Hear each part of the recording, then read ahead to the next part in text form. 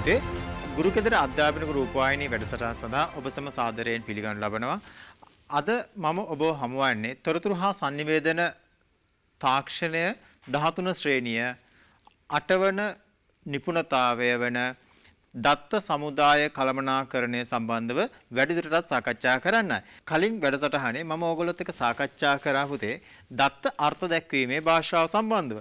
දත්ත අර්ථ දැක්වීමේ භාෂාවක් කියන්නේ දත් සමුදාය නිර්මාණය කිරීම, ඊට පස්සේ දත් සමුදාය තුල වගු නිර්මාණය කිරීම, ප්‍රාථමික යතුරු නිර්මාණය කිරීම, දත්ත වගු අතර සම්බන්ධතා ඇති කිරීම, ඒ කියන්නේ ආගන්තුක යතුරු නිර්මාණය කිරීම, ඊට පස්සේ දත්ත වගු සංස්කරණය කිරීම, වෙනස්කම් වලට භාජනය කරන්න පුළුවන්.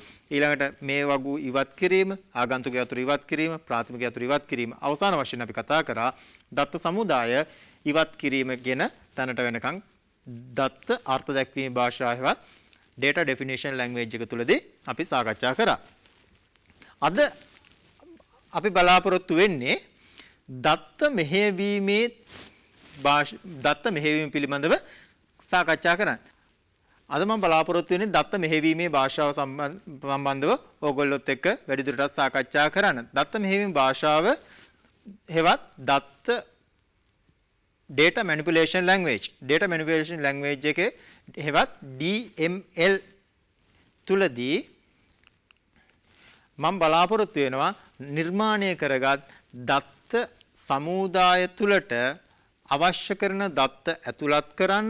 ඊට පස්සේ මේක විශාල ප්‍රමාණයක් දත්ත තියෙනවා. ඒකෙන් අවශ්‍ය කරන දත්තේ ඉවතට ගැනීම. ඊළඟට මේ ඇතුළත් කරලා තියෙන දත්තවල අවශ්‍ය සංස්කරණයන් සිද්ධ කරන්න. එහෙම නැත්නම් අවශ්‍ය කරන අනවශ්‍ය දත්ත ටික ඉවත් කිරීම යන කාරණා මේ අධීර තුලදී ඕගොල්ලොත් එක්ක සාකච්ඡා කරන්න බලාපොරොත්තු වෙනවා.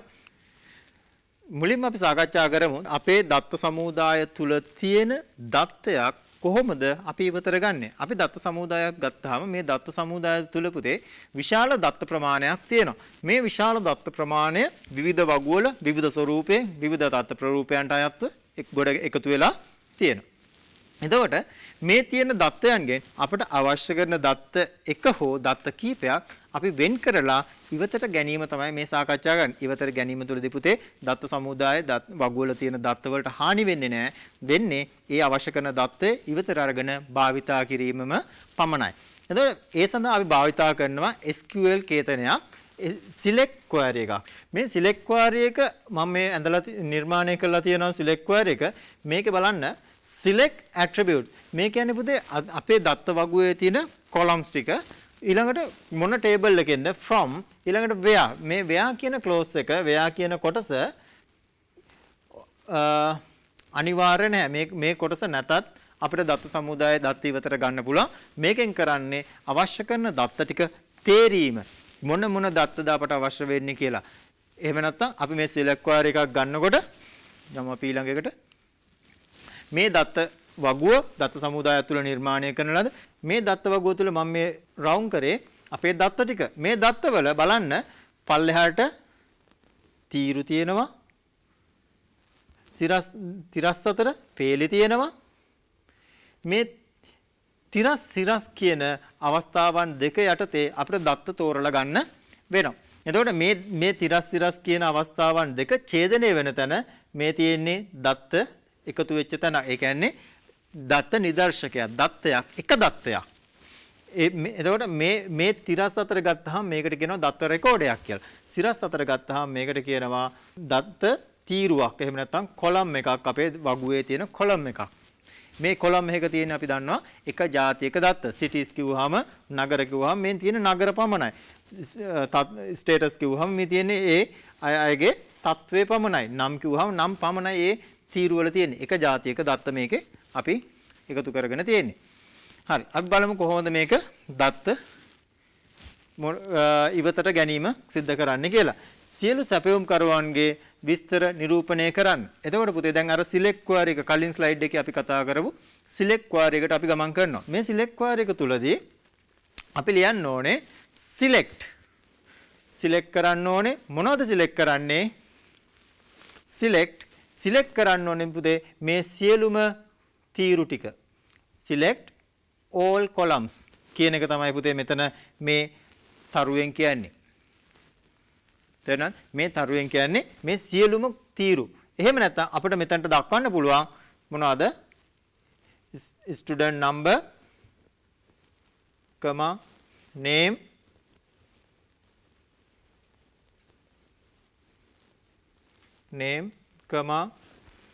status,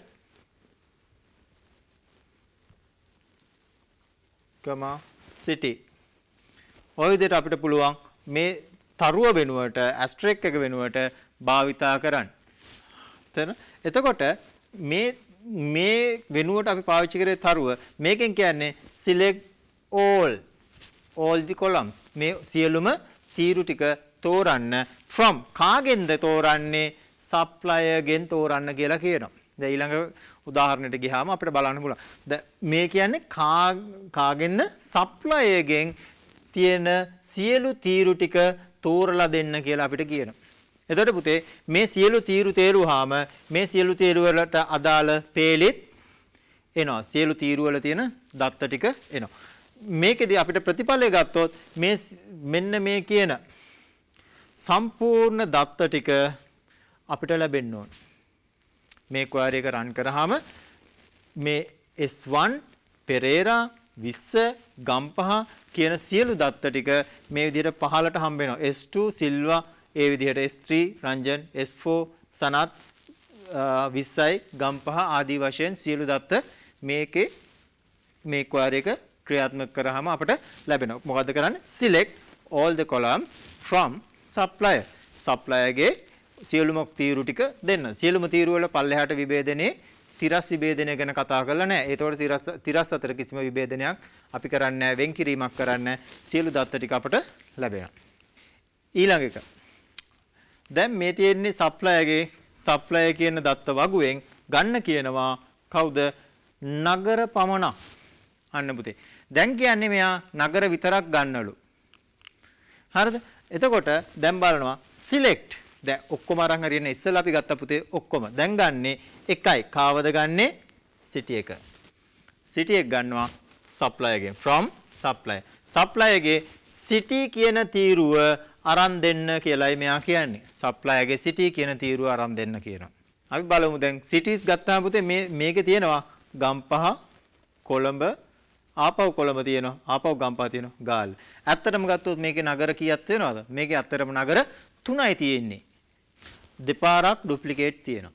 කොළඹ 2යි, ගම්පහ 2ක් තියෙනවා. ඒ නිසා ඩුප්ලිකේට් ටික අයින් කරලා අපිට අවශ්‍ය කරන නගර විතරක් ගන්න. නගරවල ඩුප්ලිකේට්ස් නැතුව ගන්නයි අපි මේ ඊළඟට උත්සාහ කරන්නේ. සියලුම සැපයුම් කරුවන් සිටින නගර පමණක් නිරූපණය කරන්න. නගර විතරයි කියන්නේ without duplicates. එහෙනම් මොකද කරන්නේ? මේකට අපි පාවිච්චි කරන වචනය distinct කියලා. මේකට භාවිතා කරන වචනය තමයි distinct. D-I-S-T-I-N-C-T distinct. මේකෙදි කරන්නේ මේ අදාළ කරන ශේත්‍රය තුල තීරුව තුල තියෙන ඩුප්ලිකේට්ස් අයින් කරනවා. ඩුප්ලිකේට්ස් අගයන් ටික ඉවත් කරනවා. select distinct city. බලන්න පුතේ මේ ලියන විදිය. select distinct city. distinct කරන්න. ඒ කියන්නේ duplicate දැන් city කියන තීරුව තෝරලා මේ තියෙන city කියන තීරුවේ duplicates අගයන් ඉවත් කරනවා. එතකොට අපිට ලැබෙන්නේ මේ ගම්පහ, කොළඹ, ගාල්ල කියන අවස්ථාවන් 3 විතරයි. යමු ඊළඟ එකට බලන්න. ඊළඟට අපිට කියනවා කොළඹ නගරයේ සිටින සැපයුම් කරුවන්ගේ විස්තර නිරූපණය කරන්න. දැන් මෙච්චරලා පුතේ අපි පාවිච්චි කරේ select all from. එහෙම නැත්නම් select attribute from table එක. එහෙම නැත්නම් select වගුවේ අදාළ වන තීරු ටික from මොන වගුවද කියන එක විතරයි. where කියන කොටස පාවිච්චි කරේ නැහැ. දැන් අපිට සිද්ධ වෙනවා. දැන් අපි කියන්නේ මොනවද? සැපයුම් කරුවන්ගේ විස්තර කොළඹ නගරයේ සිටින. එහෙනම් මේගොල්ලෝ විතරක් වෙන් කරන්න ඕනි අපි. එහෙනම් තිරස් විභේදනයක් අපිට ඕන කරනවා. සිරස්ස තමයි ඉස්සෙල් මෙච්චරලා අපි කතා කරේ. සිටි විතරක් ගන්න. එහෙම නැත්නම් මේ තීරු ටික විතරක් ගන්න මෙච්චරලා සාකච්ඡා කරා. දැන් අපි කතා කරනවා තිරස් අතර රෙකෝඩයක් විදිහට දත්ත ඉවතට ගන්න. කොළඹ නගරයේ සිටින සැපයුම් කරුවන්ගේ විස්තර. සැපයුම් කරුවන්ගේ විස්තර කිව්වම පුතේ මේ සියලුම විස්තර සැපයුම් කරුවන්ගේ විස්තර තමයි. එහෙනම් මේ රෙකෝඩ ටික වෙන් කරලා අරන් දෙන්නයි කියලායි කියන්නේ. මේ සඳහා අපි භාවිතා කරනවා where clause එක. select all. හරි. කවුද? student number, name, status, city කියන අවස්ථාවන් හතරම තීරු හතරම අපි ගන්නවා. මේ තීරු හතරම ඕනේ select all කියන්නේ ඒකයි. from කාගේද? supplier ගේ තීරු හතරම අවශ්‍යයි. ඊළඟට කියනවා where condition එකක් දෙනවා. city equal Colombo. ඒ කියන්නේ මේ city කියන තීරුවේ කොළඹ කියන එක සඳහන් වෙලා තියෙන තීරු පමණයි මට ඕනේ. ඔක්කොම ඕනේ මේ කියන ටික ඔක්කොම ඕනේ මේ තීරු ඔක්කොම ඕනේ. හැබැයි city තීරුවේ කොළඹ තියෙන අයගේ විතරයි. අනිත් අය ඕනේ නැහැ. මේගොල්ලෝ ඕනේ නැහැ යාට. මේගොල්ලෝ ඕනේ නැහැ. හරි? එතකොට මේ select query එක ක්‍රියාත්මක කරාම අපට ලැබෙනවා මොනවාද? S2 සිල්වා 10යි කොළඹ, S3 සිල්වා 30යි කොළඹ කියලා අපට හම්බ වෙනවා ප්‍රතිඵලයේ විදිහට. ඊළඟට බලමු. ගම්පහ නගරයේ සිටින සැපයුම් කරුවන්ගේ නම් පමණක් නිරූපණය කරන්න. අන්න දැන් කියනවා පුතේ මොකද්ද? සිරස් විභේදනය සහ තිරස් විභේදනය කියන අවස්ථාවන් දෙකම කරන්නලු. තිරස් සහ සිරස් කියන විභේදනයන් දෙකම කරන්නලු. දැන් බලන්න තිරස් විභේදනය කරන්න. දැන් මේකෙදි පුතේ අපි සාමාන්‍ය ප්‍රැක්ටිකලි පොඩ්ඩක් හිතුවොත් ප්‍රායෝගික පැත්තට ගිහිල්ලා මේකෙදි අපි බලන්න ඕනේ මේ දත්ත වගුවල කොයි විභේදනය පළමුව කරොත්ද කොයි විදියට මෙයාව සිද්ධ කරගත්තොත්ද වඩාත් කාර්යක්ෂම විදියට දත්ත ටික ගන්න පුළුවන් කියලා. එතකොට මේ දත්ත තේරීමේදී ඒ අපේ පරිගණක තුල තියෙන උපරිම දත්ත සකස් කිරීමේ හැකියාව භාවිතා නොකරන ආකාරය, කියන්නේ අපේ ධාරිතාව ඉක්මවා නොයන ආකාරයේ මේ දත්ත සකස් කිරීම දත්ත වෙන් කර ගැනීම සිද්ධ කරන්න අපි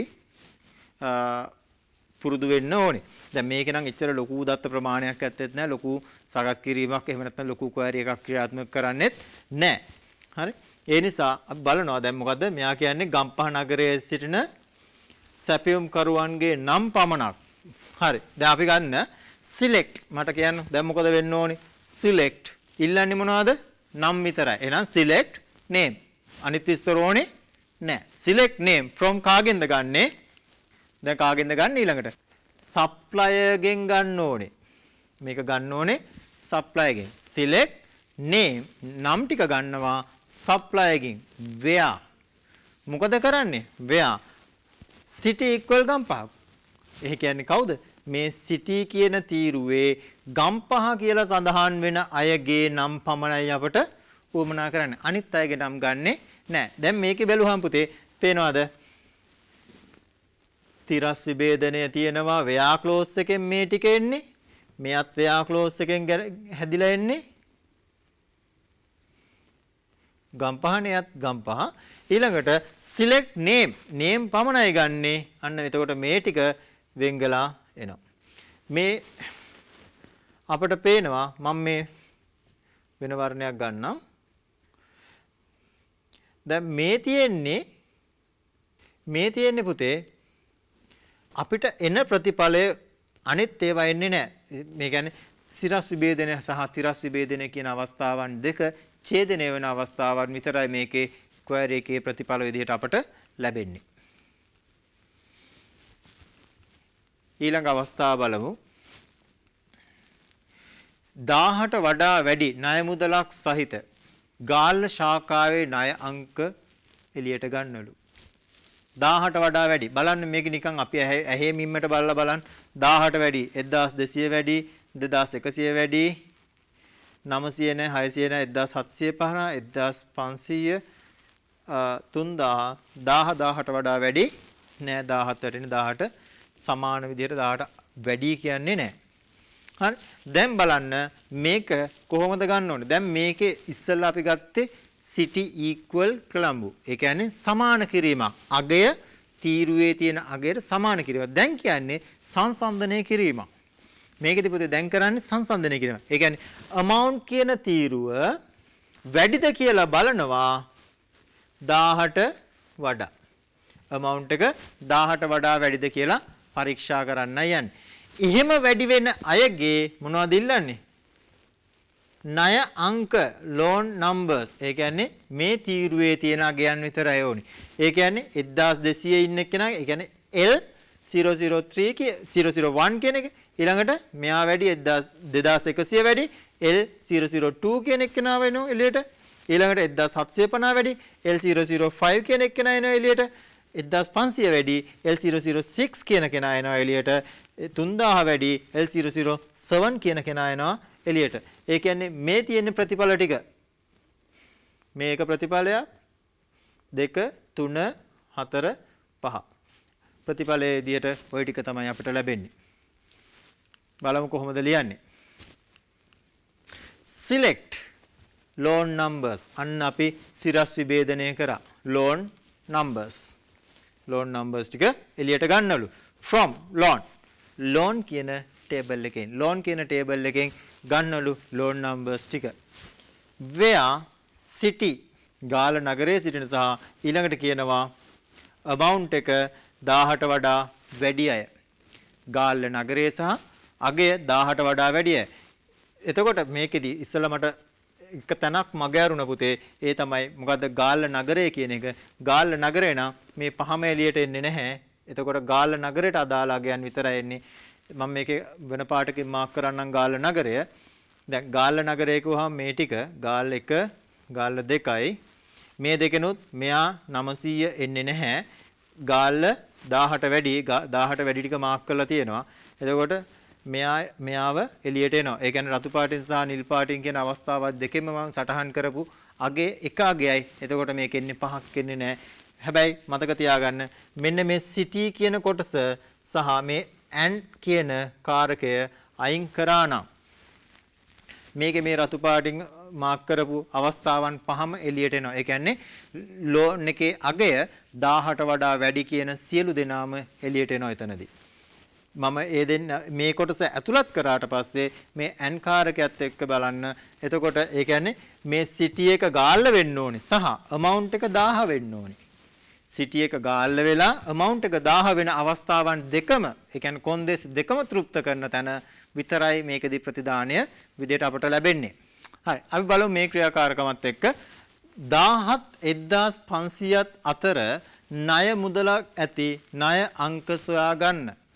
දැන් මොකද කරන්නේ 1000ත් 1500ත් අතර තියෙන ණය මුදල් තියෙන ණය අංක ටික ඕනේ. මේකේ ඉස්සෙල්ලා එකේ අපි අවස්ථාවන් දෙකක් ගත්තා පුතේ. මොකක්ද අවස්ථාව? ගාල්ල ශාඛාව සහ ඊළඟට ගත්තා ණය මුදල. දැන් මේකෙදි ගන්නේ ණය මුදල පමණයි.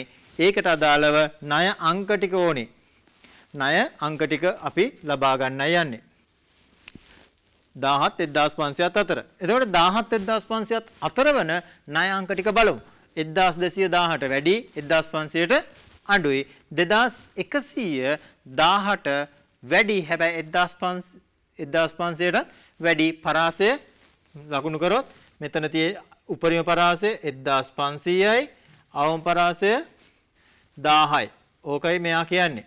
උපරිම පරාසය 1500යි අවම පරාසය 1000යි. එතකොට මේ පරාසයෙන් පිට එනම් මෙයා එන්නේ නැහැ. 900 1000ට අඩුයි පරාසයෙන් පිට. 600 1000ට අඩුයි. 1750 1500ට වැඩි පරාසයෙන් පිට. 1500 මොකද වෙන්නේ? 1500 කියන එක 1000ට වැඩි. හැබැයි 1500ට වැඩි නැහැ. 1500ට සමානයි. එයාවත් අපි ගන්නෙ නෑ. 3000 1500ට වැඩි එයත් එන්නේ 2500ට අඩුයි 1000ට වැඩි නෑ 1000ට සමානයි. ඒ නිසා එයාවත් එන්නේ නෑ. හැබැයි පුතේ අපි මේකදී පාවිච්චි කරන්නේ between කියන වචනේ පාවිච්චි කරන්නයි යන්නේ. between amount එක between 1000 and 1500 කියන එක. 1000 සහ 1500 අතර කියන පරාසය ගන්නකොට පාවිච්චි කරේ between කියන වචනේ. එතකොට මෙයත් එනවා. අවස්ථාවන් තුනක් එළියට එනවා. හැබැයි පුතේ ගන්නේ loan numbers විතරයි. ඒ කියන්නේ මේ තීරුවෙන් තෝරනවා මෙන්න මේ පැත්තට බලන්න මේ රෙකෝඩ් තීරු සහ පේලි ඡේදනය වන අවස්ථාවන් මේ අවස්ථාවන් ඡේදනය වන අවස්ථාවන් ටික විතරයි අපේ ප්‍රතිඵල විදියට අපට ලැබෙන්නේ. ඒ කියන්නේ මෙන්න මේ ටික අපට ප්‍රතිඵල විදියට හම්බ වෙනවා. මෙයාව එනවා මෙයා වෙනවා මෙයාව එනවා. 17 1500 අතර පාවිච්චි කරේ පුතේ between කියන එක. ඒ විදිහට අපිට ගන්න පුළුවන්. between කියන්නේ නැතුව මට මේක ලියන්න පුළුවන් amount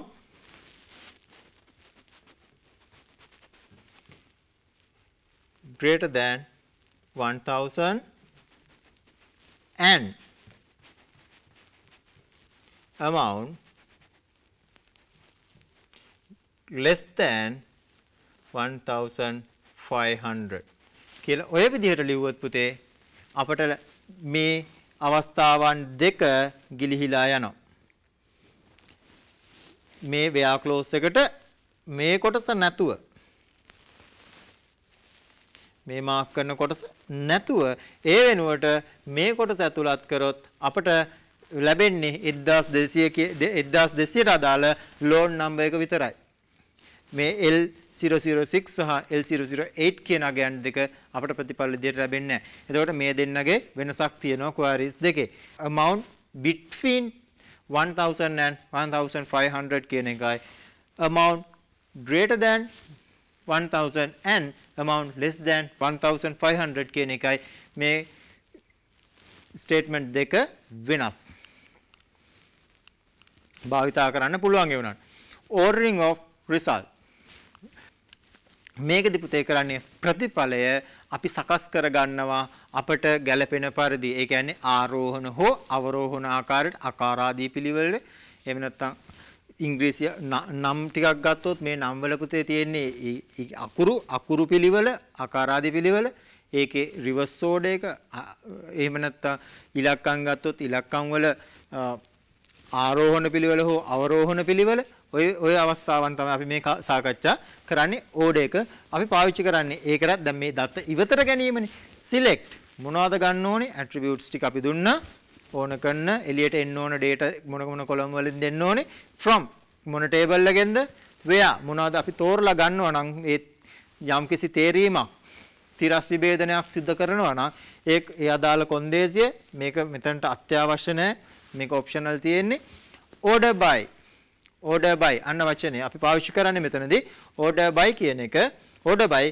order කරන්නේ මොකෙන්ද? attribute එක ලියන්න ඕනේ එකක් හෝ කීපයක් තියෙන්න පුළුවන්. හරි.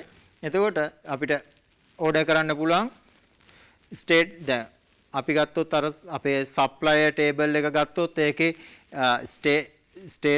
status කියන එකයි name කියන එකයි දෙකම ගන්නත් පුළුවන්. එක්ක status ගන්න පුළුවන්, එක්ක name විතරක් ගන්න පුළුවන්. හරි. එතකොට මේකට attributes අපිට එකක් හෝ කීපයක් ගන්න පුළුවන්. ඊට පස්සේ ASC එහෙම නැත්නම් DESC. ASC කියන්නේ පුතේ ascending කියන එක. ascending කියන්නේ ආරෝහණ පිළිවෙලට. ඒ කියන්නේ අඩු තැන ඉඳන් වැඩි තැනට. ascending. descending කියන්නේ වැඩි තැන ඉඳන් අඩු තැනට. අවරෝහණ පිළිවෙල. දැන් මේක ආරෝහණ අවරෝහණ සංඛ්‍යාත්මක වශයෙන් සාකච්ඡා කරද්දී නම් ගත්තොත් නම් වල අකුරු පිළිවෙල ඉංග්‍රීසි හෝඩිය අකුරු ගත්තොත් A සිට Z දක්වා එහෙම නැත්නම් Z සිට මේ තියෙන්නේ A සිට Z දක්වා පරාසය මේ තියෙන්නේ Z සිට A දක්වා දත්ත ඕඩර් කරන විදිහ. ascending සහ මෙයා ascending මෙයා descending පුතේ. බලමු අපි මේකදී කරන්න. Display supplier details in ascending order of status. දැන් supplier details ගන්නලු supplier ලගේ details කිව්වම මේ සියල්ල එයාගේ details තමයි. එතකොට අපි මොනවද ගන්න ඕනේ? select is number, name, status, city.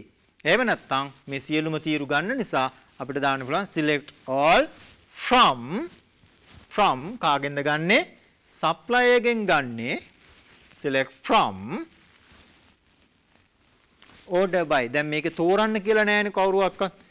Gampaha නගරයේ ඉන්න අයද, කොළඹ නගරයේ ඉන්න අයද එහෙම තේරීමක් නෑ. හරි? ඒ නිසා from supplier order by status මේ status කියන තීරුව පදනම් කරගෙන ඒකේ අගය AC කියන්නේ ආරෝහණ අඩු එකේ සිට වැඩි එකට පෙළ ගස්වන්නේ කියලායි කියන්නේ. මේකෙද පුතේ මේකේ අපේ ඉස්සරළම එන්නේ බලන්න. මෙයා 1 අඩුම එක්කෙනා එයානේ අඩුම එක්කෙනා 1. ඊළඟට ඉන්නවා මේ දෙන්න. ඒ දෙන්නගෙන් ඉස්සෙල්ලා ඉන්නේ 20. එහෙනම් මෙයා 2. මෙයා 3 4 5 ආදී විදිහට අපට පුළුවන් මේකෙදි දත්ත ටික පිළිවෙලට ගන්න. පිළිවෙලට සකස් වෙන්නේ කාගේ පිළිවෙලද? මේ ස්ටේටස් කියන කොලම් එකේ තියෙන පිළිවෙල තමයි පිළිවෙල වෙලා තියෙන්නේ. හරි. එතකොට මේකේ රිසල්ට් එක වෙන්නේ මුලින්ම මේ පේලිය, මේ රෙකෝඩය, දෙවෙනි රෙකෝඩය, තුන්වෙනි රෙකෝඩය, හතරවෙනි රෙකෝඩය, පස්වෙනි රෙකෝඩය ආදී වශයෙන් තමයි දත්ත ඉවතට ගන්න මේකෙදි. Display details of suppliers in descending order of name of those who are in London. Those who are in London නෙමෙයි. අපි කියමු කොළඹ කියලා. කොළඹ නගරයේ තියෙන සැපයුම් කරුවන්ගේ නම් display details of supplier in descending order of names of those who are in Colombo. Colombo නගරයේ ඉන්න අයගේ ගන්නයි තියෙන්නේ විස්තර ටික. බලන්න. details ගවුවාම මේ සියලු details ගන්න ඕනේ. තිරස් විභේද එතකොට මේ තීරු විභේදනයක් කරන්නේ නැහැ. සියලු තීරු ටික ගන්න ඕනේ. select all from supplier. දැන් අන්න අපේ where clause එක එන්න ඕනේ. where මොකද කරන්නේ? city එක කොළඹ. city එක ගන්නවා කොළඹ. කොළඹ නගරයට ගත්තා. where city equal Colombo. අන්න කොළඹ නගරය ගත්තා. ඊට පස්සේ order by name මේ තීරුව පදනම් කරගෙන order කරන්නලු descending ඉස්සෙල්ලා ගත්තේ සංඛ්‍යාත්මක දැන් ගන්නේ අක්ෂරවල ඉංග්‍රීසි හෝඩියේ තියෙන පිළිවෙලේ reverse order එක තමයි මේ ගන්නේ descending කිව්වහම. ආරෝහණ නෙමේ අනිත් පැත්ත අවරෝහණ. ඉස්සෙල්ලා ගත්තේ ascending ඒ ආරෝහණ දැන් ගන්නේ අවරෝහණ. ඒ කියන්නේ descending order එකක් ගන්න. order by name descending.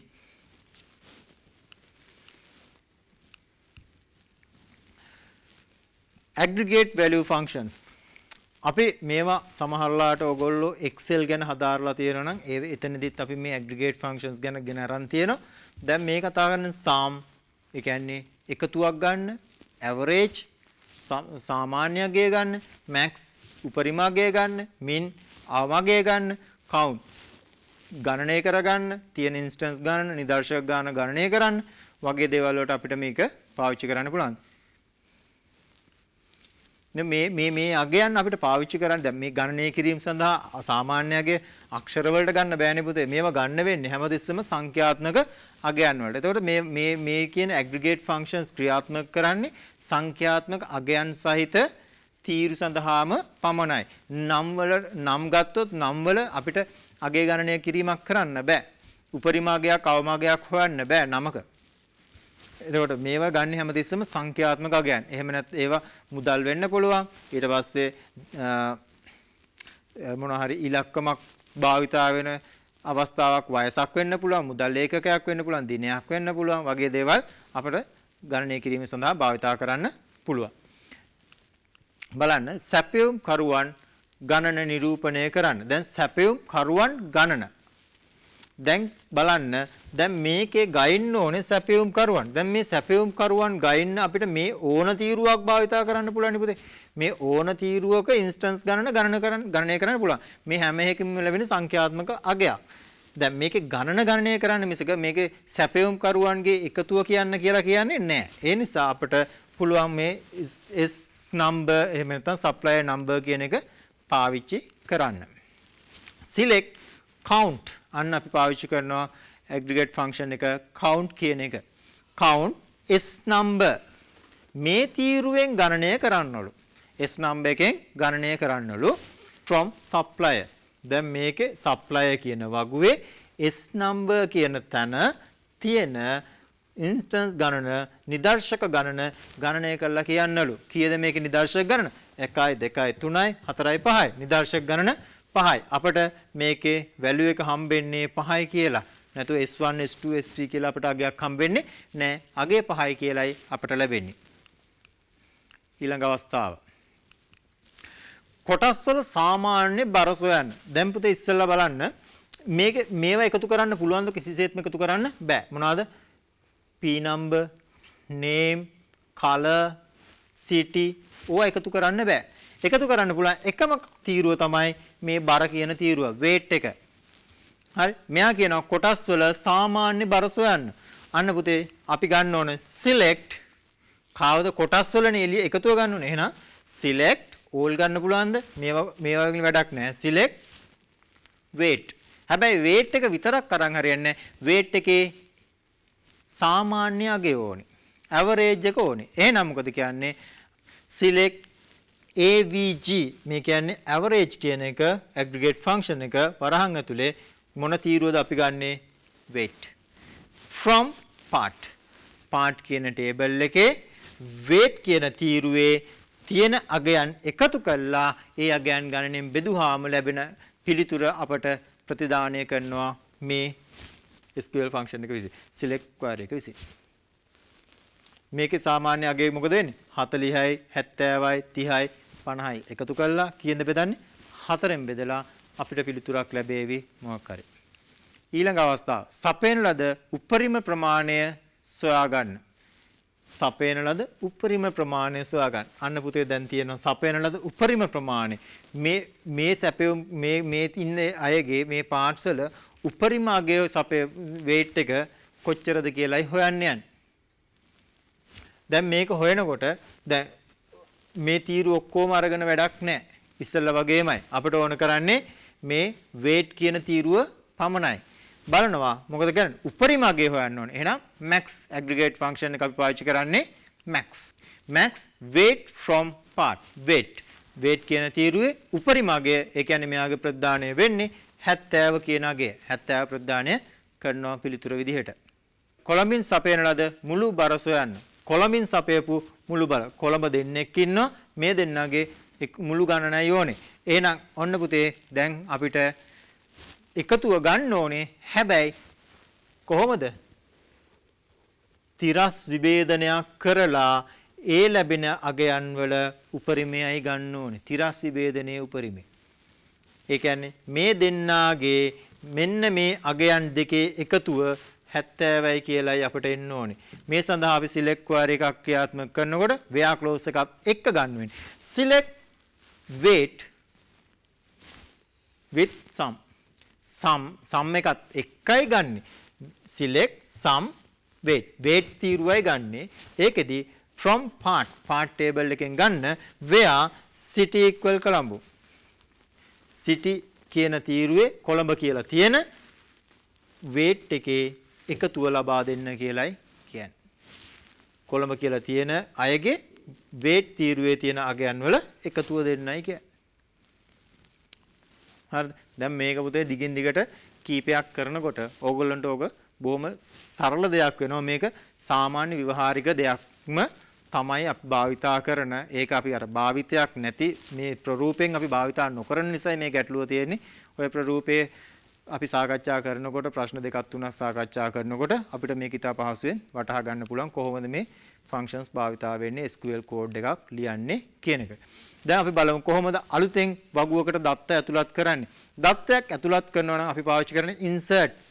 කොහෙටද insert into කොහෙටද table එක.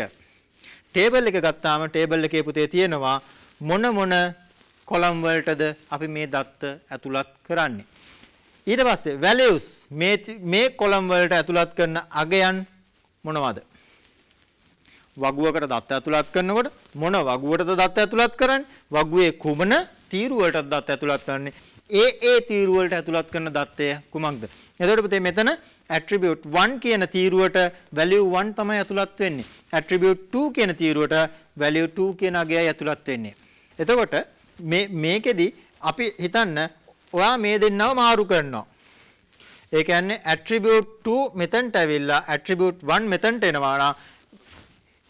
දැන් මොකද වෙන්න ඕනේ? මේ දෙන්නත් එලෙසම මාරු වෙන්න ඕනේ. එතකොට ගැටලුවක් නැතුව අදාළ තීරු වලටම දත්තේ ඇතුළත් වෙනවා. හරි. යමු අපි බලන්න. හරි. මෙන්න අපේ තියෙන උදාහරණය මොකද්ද? ස්ටුඩන්ට් ටේබල් එක තියෙනවා. ස්ටුඩන්ට් ටේබල් එකට අලුතෙන් දත්තයක් ඇතුළත් කරන්න කියනවා. මොකද්ද ඇතුළත් කරන STID එක 106 first name මුල් නම ඉන්දික දෙවෙනි නම පෙරේරා ඇඩ්‍රස් එක ඊළඟට එයා ඉන්න සිටි එක ඊළඟට ස්ත්‍රී පුරුෂ භාවය සහ ඒ ළමයාගේ පන්තිය ඇතුළත් කරන්නයි කියලා කියන්නේ. insert into student ඇතුළත් කරන්නේ ස්ටුඩන්ට් වගුවට. ස්ටුඩන්ට් වගුවේ කුමන තීරු වලටද? STID first F name L name address city gender class. ඔය කියපු ඉස්සෙල්ලා අර වගුවේ තියෙච්ච සියලුම තීරු වලට ඇතුළත් කරනවා. මේ තියෙන්නේ STID F name L name address city gender class. ඔය කියපු සියලු තීරු වලට මේ දත්තය ඇතුළත් කරන්නයි කියලා කියන්නේ. මොනවාද මේ දත්තේ තියෙන්නේ? STID එකට දාන්නලු 106 F name එකට ඉන්දික L name එකට පෙරේරා address එකට නම් 3 Park Road කියන එක ඊළඟට city එකට දෙහිවල gender එක male class එක 7 කියන එක දත්ත ටික ඇතුළත් කරන්න. එතකොට සියලුම තීරු වලට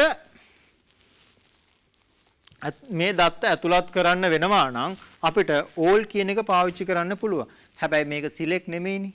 all එකක් පාවිච්චි කරන්න බෑ. දැන් එහෙනම් මේ ටික අපිට අමතක කරලා දාන්න පුළුවන්. සියලුම තීරු වලට ඇතුළත් කරනවා නම් මේ ටික අමතක කරලා insert into student වගුවට ඇතුළත් කරන්න values. කෙලින්ම වගයන් ටික ඇතුළත් කරනවා. හැබැයි පුතේ දැන් මෙහෙම තියෙනකොට මෙතන තියෙන අගයන් අපිට මාරු කරලා ඇතුළත් කරන්න පුළුවන්. first name මේ මොනවාද? first name එක අපිට ඕන නම් class එකට පස්සේ first name එක class එකට පස්සේ අරගන්න පුළුවන්. එතකොට වෙන්නේ මේ ඉන්දික කියන කෙනාව මෙතනට අරගෙන දාලා දත්ත ඇතුළත් කිරීම ක්‍රියාත්මක කරන්න විතරයි. හැබැයි මෙතනදී මේ දෙවන ක්‍රමවේදයේදී එහෙම කරන්න බෑ. මේ දෙවන ක්‍රමවේදයේදී පුතේ අනිවාර්යෙන් කරන්න වෙන්නේ මේ ඕඩර් එක එලෙසම අනුගමනය මේ වගුවේ තියෙන තීරු පිළිවෙල එලෙසම අනුගමනය කරන්න ඕනේ. කිසිම තීරුවක් මගහැරීමක් සිද්ධ කරන්න බෑ මේ තුලදී. සියලුම තීරු වලට දත්ත ඇතුළත් කළ යුතුයි.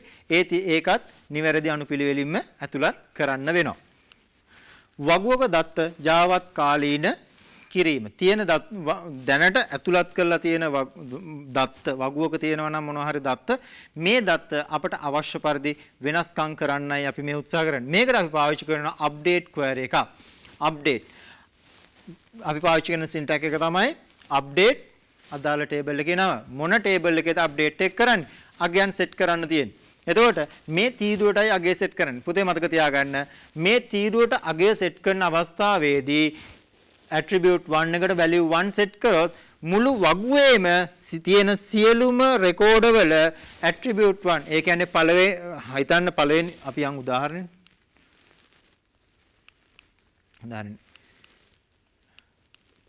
හරිද දැන් මේකේ බලන්න දැන් මේ වගුවේ ස්ටුඩන්ට් F name එක දිලීප් මුළු වගුවේම ඉන්නේ දිලීප්ලද නෑනේ එතකොට මේ සෙට් කරන්නේ තීරුවට දිලීප් සෙට් කරා එයාගේ ජෙන්ඩර් එක ෆීමේල් සෙට් කරා. හරි. එතකොට මේ තීරුව මේ වගුවේ ඉන්න සියලුම දෙනා දිලීපාත් නෙමෙයි. මේ වගුවේ ඉන්න සියලුම දෙනා ෆීමේල්ස්ුත් නෙමෙයි. ඒ නිසා අපි where clause එකක් අනිවාර්යෙන් පාවිච්චි කරනවා. ඒ where clause එකෙන් අපි වගුව තිරස් විභේදනයක් කරලා දෙනවා. මෙන්න මේ කියන කෙනා කවුද කියන්නේ බලන්න. STID 106. STID එක 106 වෙන කෙනාගේ ෆස්ට් නේම් එක දිලීපා වෙලා එයාගේ ජෙන්ඩර් එක ෆීමේල් වෙන්න ඕනේ. දැනට තියෙන අගයන් කොහොම වුණත් ගැටලුවක් නැහැ. වෙන්නේ ඒ තියෙන අගය මත අලුත් අගය තැන්පත් කිරීම විතරයි මේකෙදි අප්ඩේට් එකේදී කරන්නේ. මේ අප්ඩේට් query එක ක්‍රියාත්මක කරාම අපට ලැබෙන ප්‍රතිඵලය මේ තියෙන්නේ. මොකද වෙන්නේ? එයාගේ ෆස්ට් නේම් එක තීච්ච තැනට දිලීපා. ඊට පස්සේ එයාගේ මේල් ජෙන්ඩර් එක ෆීමේල් වුණා. ඔය දෙක වෙනස් වෙනවා.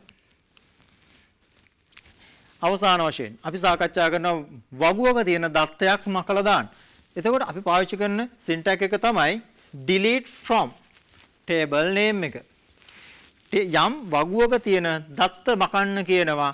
මතක තියාගන්න පුතේ වගුවක් ගත්තාම මේ වගුවේ දත්ත තියෙනවා පල්ලෙහාට ඕන තරම් දත්ත තියෙයි. මේ දත්තේ පමණක් කියලා මකන්න බෑ පුතේ.